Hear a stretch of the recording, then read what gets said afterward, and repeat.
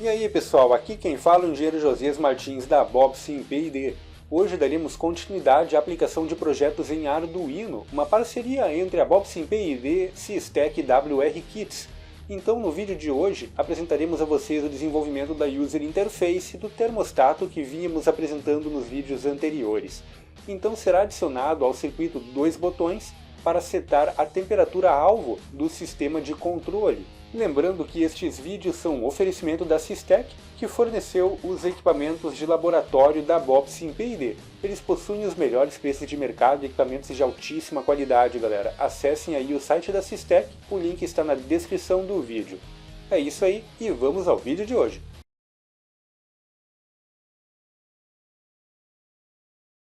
A Bobsim P&D oferece os serviços de pesquisa e desenvolvimento de hardware, realizando o projeto de dispositivos específicos para controle de máquinas, internet das coisas e automação de processos, sendo especializados em projeto de circuitos digitais utilizando microcontroladores e FPGA. A Bobsim P&D também oferece os serviços de consultoria para o seu projeto e a sua empresa, auxiliando na tomada de decisão para a resolução de problemas, viabilizando o seu projeto. Para mais informações, acesse o site www.bobsim.com.br ou entre em contato através do e-mail contato@bobsim.com.br.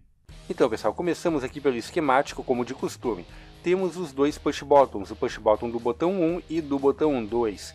Observem que o push button é ligado a VCC, 5 volts, e este é ligado também a um resistor de 10K. Este resistor de 10K, sua outra extremidade vai a GND, gerando então este caminho à terra. O resistor desta forma ele imita a corrente que passa pelo circuito. No nó intermediário entre o resistor e o push button, temos a derivação que vai ligada no Arduino. O mesmo esquemático é adotado para os dois botões, né? Então aqui o botão B1 e o botão B2 são levados para o Arduino nos pinos 11 e 12 respectivamente, né? Então escolhi os pinos 11 e 12, vocês podem escolher os pinos que acharem melhor para a ligação dos botões no seu projeto. Vamos ver o que foi adicionado no código para efetuar o set de temperatura. No caso, aqui ainda não temos o sistema de controle, né, que vai efetuar o acionamento do sistema de aquecimento ou resfriamento, mas nós já temos definido aqui como será efetuado o set da temperatura, ou seja, como vamos definir qual é a temperatura que será regulada quando o sistema de controle já estiver implementado. Então, o que temos de novo aqui está nas linhas 17 até 24, que temos as definições necessárias para os botões. Então, aqui temos a variável P_BTT1 e P_BTT2. Essas variáveis definem quais são os pinos onde os botões estão ligados. Variável BUT1 e BUT2, linha 20 e 21 respectivamente, são as variáveis que vão gerar o pulso do botão dentro do software, para que possamos desta forma incrementar ou decrementar a temperatura setada e também entrar no modo de configuração. Linha 22 temos uma variável chamada B1_trig. Ela gera um evento interno para que o botão não fique eternamente preso, né? Então se você ficar com o botão pressionado por muito tempo, isso poderia prender o software em um loop, gerando o disparo do incremento ou do decremento da temperatura. Então isso daqui faz com que apenas um evento seja percebido a cada vez que você pressionar o botão. Temos a mesma coisa para o botão 2, variável B2_trig. Em linha 24, temos uma variável setEn. Observem que estas variáveis são todas do tipo booleano. Não há necessidade de ser variável maior, assim nós ocupamos menos memória RAM do microcontrolador. Seguindo adiante, na linha 26, temos uma variável do tipo unsigned short chamada setTemp, inicializada em 0. Então essa variável aqui vai ser a variável utilizada para setar a temperatura do dispositivo. E linha 27, outra variável do tipo unsigned long desta vez, né? Esta variável ela é int_cycle_counter 1, sendo que ela vai guardar a informação que a função milis presente no Arduino retorna, para que desta forma nós possamos efetuar a transição entre o modo de configuração e o modo de operação. Como é que vai funcionar isso aqui? Quando pressionarmos o botão B1 ou B2, ele automaticamente vai entrar no modo de configuração de temperatura. Se você não pressionar mais nenhum botão durante algum tempo, 3 segundos por exemplo, ele vai retornar para o modo de operação, né? Então, esta variável IntCycleCounter01 será utilizada como um parâmetro para que saibamos o tempo que será esperado entre um evento e o outro para sair do modo de configuração. Uma vez que nós não temos um botão definido especificamente para entrar neste modo e sair deste modo, né? Seguindo adiante, na linha 31 temos a função LeBotões, responsável por efetuar a leitura dos eventos nas entradas digitais do microcontrolador. Vamos dar uma olhada na função LeBotões, como ela funciona. Aqui está ela, na linha 142. Então, a função LeBotões efetua a leitura dos pinos digitais, guardando o resultado dentro da variável but1press e but2press, né? But1 para o botão 1 e but2 para o botão 2. Caso seja detectado que o botão 1 foi pressionado, but1_press é igual a 1, então vai gerar um evento de trigger, né? Vai colocar b1_trig em 1. Na sequência, linha 152, é verificado se but_press é igual a 0 e se b1_trig é 1. Se for igual a 0 e b1_trig é igual a 1, significa que o botão foi pressionado e solto, então ele vai gerar o evento interno, vai levar but1 para 1 e resetar o evento de trigger. Isso aqui faz com que apenas um pulso seja gerado dentro do microcontrolador para cada vez que o botão for pressionado. Observem que o Arduino trabalha a 20 MHz, né? E ele possui 4 pipelines. Então, 20 MHz dividido por 4 dá aí o equivalente, né, a 5 milhões de ciclos por segundo. Isso é muito rápido. Então, se você pressionar o botão extremamente rápido aí, numa velocidade de 50, 100 milissegundos, ainda assim ele vai registrar muitos eventos, né? Então isso aqui inibe o registro de múltiplos eventos a cada vez que pressiona o botão, fazendo com que o software não dispare. Então ele vai registrar apenas o primeiro evento e os subsequentes não serão registrados, atuando praticamente como se fosse um debounce, né? Então, aqui na linha 157 temos a mesma coisa, só que para o botão 2, e linhas 161 até 164 detectamos e geramos o evento interno. Vamos retornar agora para a função loop, a função principal do Arduino. Aqui na função loop foram adicionadas as variáveis value e i, que serão utilizadas internamente aqui para guardar o valor setado e também para um laço for. Linha 59 é efetuado a leitura dos botões, então a cada ciclo de CPU vai ser efetuado a leitura dos botões e atualizados but1 e but2, né? Caso but1 ou but2 tenham sido pressionados, tenha gerado um evento, ou 7EN está em 1, ele vai entrar então neste if, que é o modo de configuração. Caso não tenha nenhum evento ou 7EN não esteja habilitado, ele vai para o modo de leitura da temperatura que nós temos aqui embaixo na linha 111. Então vamos retornar aqui para cima e vamos dar uma olhada no que temos a partir da linha 62. Na linha 63 existe um if então que verifica se 7EN é 0. Se o botão tiver sido pressionado pela primeira vez, então 7EN é 0, né? Foi o primeiro evento. Ele vai entrar aqui, vai ver que 7EN é 0 e vai levar 7EN para 1 e colocar o valor de milis, o valor atual de milis em IntCycleCounter01. A função milis retorna um valor de um contador interno do Arduino. Esse contador ele inicia em 0 quando o Arduino é energizado e fica aí contando até que ele seja desligado. Pode ser utilizado para gerar padrões de tempo interno, para que vocês desta forma possam realizar contagens, né, baseadas neste contador. Então isso aqui é um parâmetro de tempo que roda em paralelo no microcontrolador. Vamos seguir adiante. Então aqui colocamos o valor atual de milis, né, o valor quando ele entrou na função. Então este valor aqui ele fica desatualizado, se for parar assim para pensar a cada ciclo, né? Linha 68, então verifica se a função milis, né, chamando a função milis atual, né, menos int cycle counter 1 é menor do que 3000.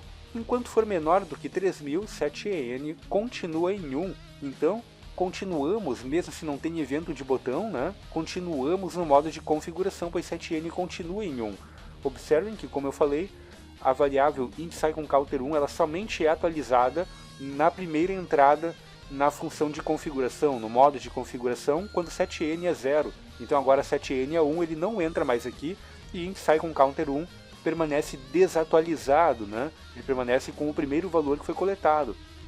Então, se nenhum evento de botão ocorre, ele vai continuar desatualizado, mas milis não, milis continua contando. Então após 3000 milissegundos, isso aqui não vai mais ser válido, né, e ele não vai mais entrar aqui, não vai mais manter 7n em 1, ele vem para cá, né, para o else, vai colocar 7n em 0 e vai rodar esse for. Este for aqui faz basicamente o seguinte, ele vai colocar os en_7seg1 e 7seg2 em LAW para recebimento de dados a partir do 74HC595 e vai enviar o numeral 0, vai enviar o valor 0 para o 74HC595. 0, como lembram-se lá no vídeo anterior, vai acender todos os segmentos do display e posteriormente bloqueia o recebimento de dados. Aguarda 400 milissegundos e faz o mesmo processo novamente, só que enviando desta vez o valor 255, desligando todos os segmentos do display e aguardando 400 milissegundos.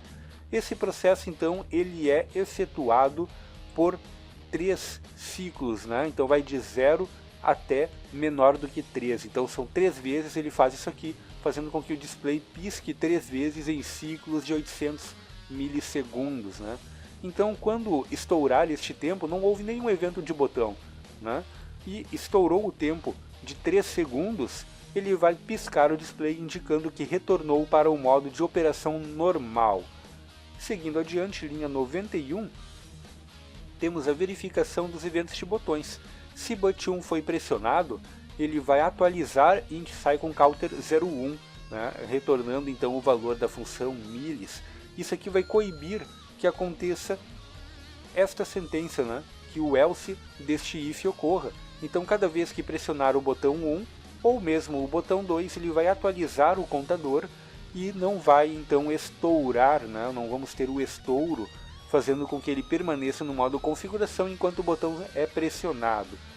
O but1 então ele vai incrementar a temperatura. Se a temperatura ela for maior do que 40, ele vai fixar em 40. Então não passaremos de 40 graus nesse sistema aqui. E se a temperatura for então menor do que 40, ele continua incrementando o valor de 1 em 1. O but2 segue o mesmo padrão. Atualiza o int_cycleCounter1 para coibir então o estouro, né, a saída do modo de configuração, e ele verifica se a temperatura setada é menor do que 1. Se for menor do que 1, ele vai fixar em 1. Então, aqui temos o limite inferior, que será 1 grau, e o limite superior, que será 40 graus. Caso o limite inferior não tenha sido atingido, ele vai continuar decrementando de 1 em 1 o valor setado de temperatura. E aqui na linha 108 copiamos o valor setado para a variável value. Seguindo adiante, temos então aqui o else deste if, né, que verifica se está em modo de configuração. Aqui temos na linha 111 a chamada da função do DHT passando o pino para a inicialização do mesmo, e na linha 102 o retorno da temperatura lida no DHT guardando na variável temp. E linha 113 temos finalmente a descarga da variável temp para a variável value. Então aqui temos algumas diferencinhas, né, em relação à variável utilizada para a leitura da temperatura, né? Estamos descarregando em uma variável que é comum tanto para o setTemp, né, para setar a temperatura, quanto para a leitura dela. Isso aqui é interessante, pois nós podemos então reutilizar toda a parte de envio de dados para o 74HC595 que comandam os displays. Então aqui na linha 117 nós tínhamos antes temp, né? Utilizávamos aqui a variável temp para a separação dos dígitos. Agora utilizamos a variável velo, separando o dígito 2 e separando o dígito 1, tanto do setTemp quanto da temperatura retornada. Desta forma, o que nós temos aqui é a reutilização de código, né? Reduzindo então o tamanho do bloco de códigos necessário para efetuar a mesma função e ocupando menos memória ROM do microcontrolador. Aqui para baixo é tudo igual, pegamos os dígitos 1 e 2 e enviamos para o 74HC595 colocar na tela a informação. Linha 135, nós temos então o BUT1 e BUT2 sendo resetando então o evento interno dos botões para que eles não ficam presos, né? Agora então vamos ver isso aqui funcionando na bancada, né? Vou compilar e em seguida enviar para o Arduino. Então pessoal, temos aqui o dispositivo montado na bancada. Observem que ele já está efetuando a leitura da temperatura. Estamos aqui no ambiente com 24 graus. Aqui estão os dois push buttons. O push button da esquerda está ligado ao pino digital número 11. Então observem aqui, ele sai do nó intermediário entre o resistor e o push button, este condutor marrom, que chega lá no fio marrom, e o fio marrom, então ele chega aqui no Arduino no pino número 11. O pino número 12 está ligado a este fio laranja, ele chega aqui nesse outro condutor marrom, que vem também para o nó intermediário entre o resistor e o outro push button. As extremidades dos resistores então estão ligadas a GND, e é aquele resistor que limita a corrente que vimos lá no esquemático, certo? Então este push button da esquerda ele deve incrementar a temperatura e o da direita deve decrementar a temperatura setada no sistema. Vocês têm aí na tela o osciloscópio demonstrando a leitura da temperatura sendo realizada a partir do DHT11. O foco aqui não é vermos o protocolo funcionando, pois isso nós vimos no vídeo anterior. O ponto aqui é que no momento que pressionarmos qualquer um dos dois botões, o sistema irá entrar em modo de set, modo de configuração, e não estará mais realizando qualquer captura de temperatura a partir do DHT. Então o nível lógico, o último nível lógico que o DHT estava, ele vai ser mantido aqui no osciloscópio, que provavelmente será o nível lógico alto que nós temos aqui no final, né? Uma vez que ele vai concluir um processo de leitura, vai concluir um ciclo de leitura e então entrar no modo de configuração. Então vamos pressionar algum dos botões. Observem como esperado, ele entrou no modo de configuração e não está mais efetuando qualquer leitura por parte do DHT. Isso é extremamente importante para que o sistema não atue qualquer tipo de comportamento, né, que ele não acione o aquecedor ou o sistema de resfriamento enquanto vocês estão efetuando o set de temperatura, pois isto seria um problema, uma vez que o sistema poderia acionar e desacionar diversas vezes o sistema devido ao set de temperatura estar sendo alterado naquele momento. Então é importante que ele não consiga efetuar a leitura da temperatura durante o momento em que vocês estão setando ela. Então o comportamento esperado era esse. Se parar de pressionar qualquer um dos botões, seja para aumentar ou diminuir a temperatura, ele deve retornar após 3 segundos para o modo de operação, retornando então a realizar as leituras de temperatura no DHT. Então é isso aí, vamos aguardar. Isso aí, piscou as 2 vezes como era esperado e voltou para a leitura de temperatura, como podemos ver no osciloscópio e na própria protoboard, né, temos uma temperatura de 24 graus aqui. Agora a próxima etapa do projeto é a montagem do sistema de potência e desenvolver então o código do sistema de controle para então o termostato realmente funcionar, aquecendo ou esfriando o ambiente conforme a temperatura setada. E este foi mais um vídeo da Bobsim P&D, em parceria com a Systec e a WR Kids. Se você gostou deste vídeo, deixe o seu like e compartilhe com seus amigos. Isso ajuda pra caramba aí na divulgação do nosso trabalho e no crescimento do canal. Para não perder os próximos vídeos, assine o nosso canal e curta a nossa página lá no Facebook. Também não se esqueça de clicar aí na sinetinha para receber as notificações de novos vídeos enviados aí no canal. É isso aí, galera, até o próximo vídeo.